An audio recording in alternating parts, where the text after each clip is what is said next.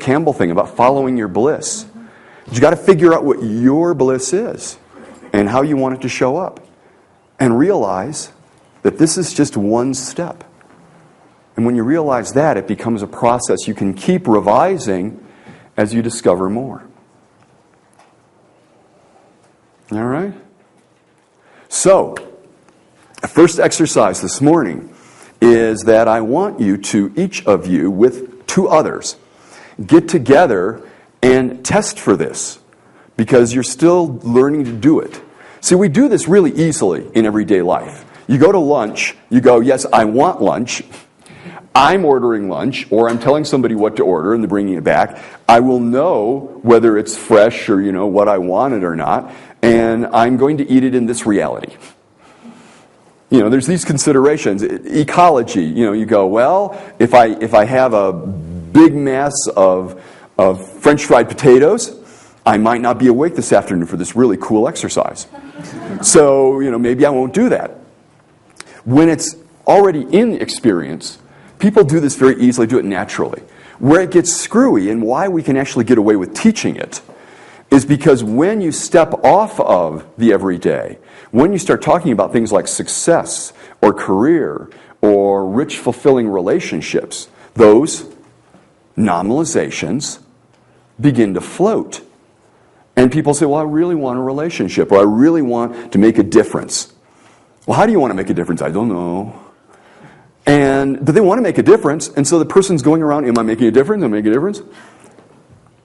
Example. In Chicago, and again, example because it works, we had a study group where we got together after we finished our practitioner training every Saturday at this psychiatrist's house. Didn't have to be a psychiatrist, but he was.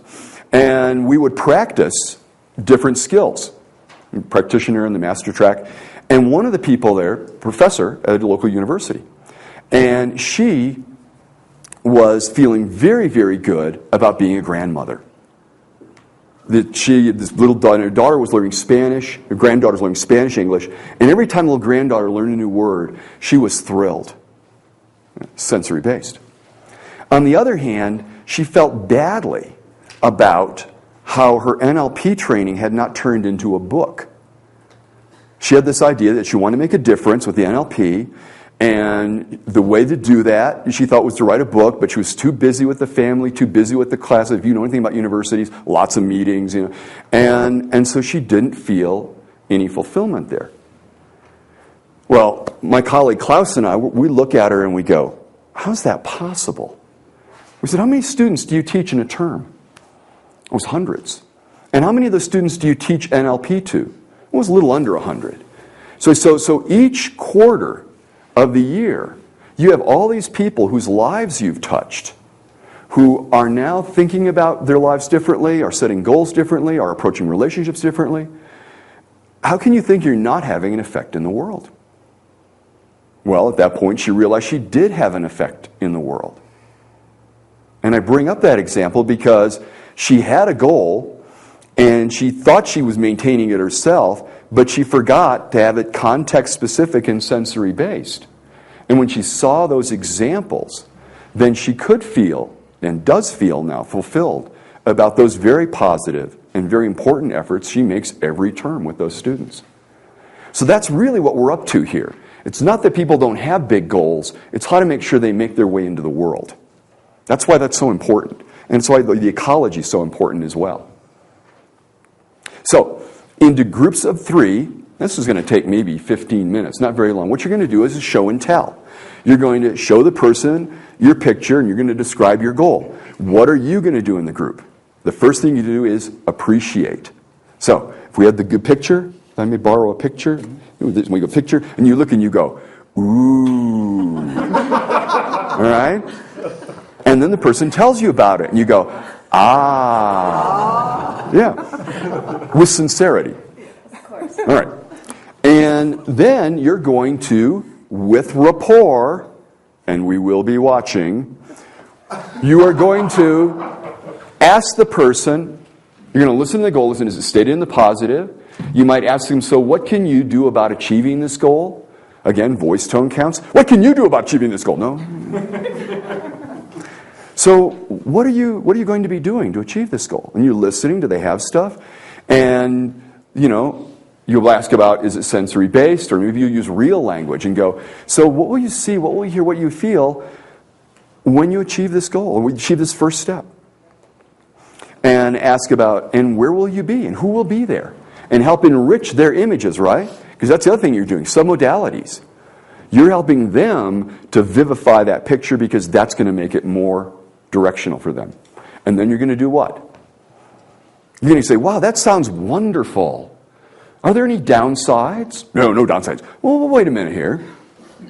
What will this do about your time? Will you have the same free time? What about your friends? What about your family? How will this change your life over the next year or so? In other words, ask about ecology. And if they begin to go, then you can go, well, how could you make that goal even better by incorporating that? Yeah? Okay. Look around. Find yourself a couple of partners, and let's do it. Go. I would suggest that the more important the goal, the more important the outcome, the more you check the well-formunist conditions. And the reasoning, again, is that the more important it is, the more likely it is to be abstract. The more likely it is that you're going to want it to pertain to a large amount of time. And therefore, the less likely it is that you're going to be thinking about specifically where it might show up, or specifically about the consequences. Those of you that have done, whether psychotherapy or coaching or just wanted to help a friend, know that very often people will take whatever it is and they'll take their negative and phrase it in the positive. They'll go, well, I don't want to be alone anymore. And they go, okay, what do you want? Well, I want to be in a relationship. And so it's a sense of opposite as opposed to what it is they would really like. You go on to Master Practitioner, you're going to discover something called meta-programs. You're going to realize that it's deeply rehearsed in the person's experience to state what they don't want. And if it is, that's what they'll do. They're a lot of fun. You say, well, what do you want? Well, I don't want this, and I don't want that, and I don't want that, and I don't want that. And I don't want this, and I don't want this, and I don't want this. What do you want? And they'll actually say, well, I know I don't want. John Grinder's strategy. Hey, Didu, what do you want? What if it came up and bit you on the ass? You kind of do like that, just to get them going. But an alternative to that is to pace and lead. So you don't want this, and you don't want this, and you don't want this, and you don't want that, and you don't want that. And if you didn't get all those, what would you want to be getting? Sometimes you need to do a little of that.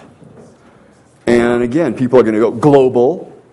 And this is where you can do that magic thing. You can say, okay, well, what would be the first step?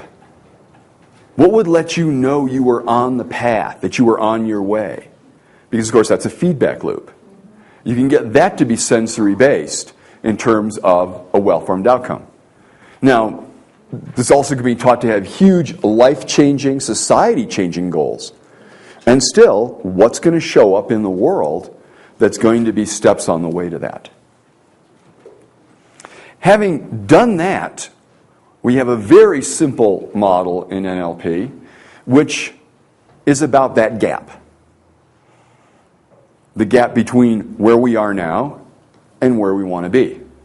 And of course, being a field with jargon, we have to have words for it, called present state, desired state. And it's in that gap that we get curious. You ask the person in question. Now, the way it's taught in the book is to ask, most of the books as a matter of fact, what stops you? You're at a point in your training that I want you to hear that if I ask you, what elephant? What do you do? Think of the elephant. Momentarily, you've got to think of it if you understand it. If you don't understand it, if it's from some other language, wakarimasu ka? Hai, wakarimasu. Osh. over. Well, now the thing is, if you didn't understand what I said, you'd grab the tonality, da-da-da-da-da, and you went, it's probably a question. And you'd grab the context. In other words, we're always trying to make meaning.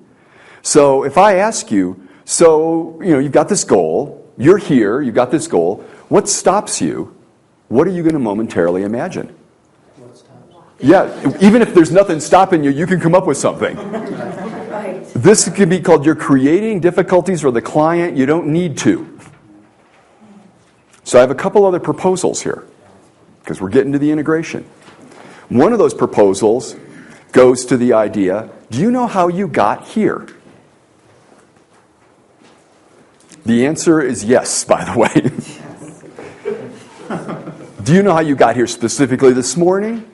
Do you know how you happen to be in this training this summer of your life?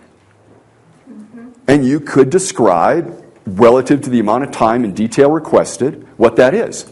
You'd say, well, I heard about this NLP stuff, and I read a book, I saw a tape, people said this is the training to go to. You can tell me that path you took.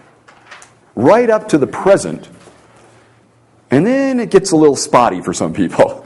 And then there's going home, and then there's going back to work, and then there's and so forth. But if you look back, it's a very complete path.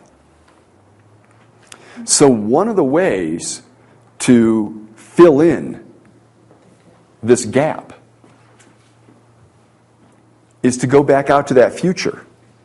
And instead of trying it on, well, you are trying it on, and you're feeling it, and you get into it, and you go, yeah, that's where I'm going to be. And when you're in that state, look back and see how you got here. Because the brain is a tricky thing. It will fill in those steps for you. Or a number of them anyway. Because we're very good at looking back on things and seeing how we got somewhere. It's that looking forward thing that throws us off from time to time. And then what you can do is step out, and you can re-walk those steps back to where you are now. And step back in and turn and see those steps leading to that future. And you can see what would be the first step now that would let you know you're on that path of those steps.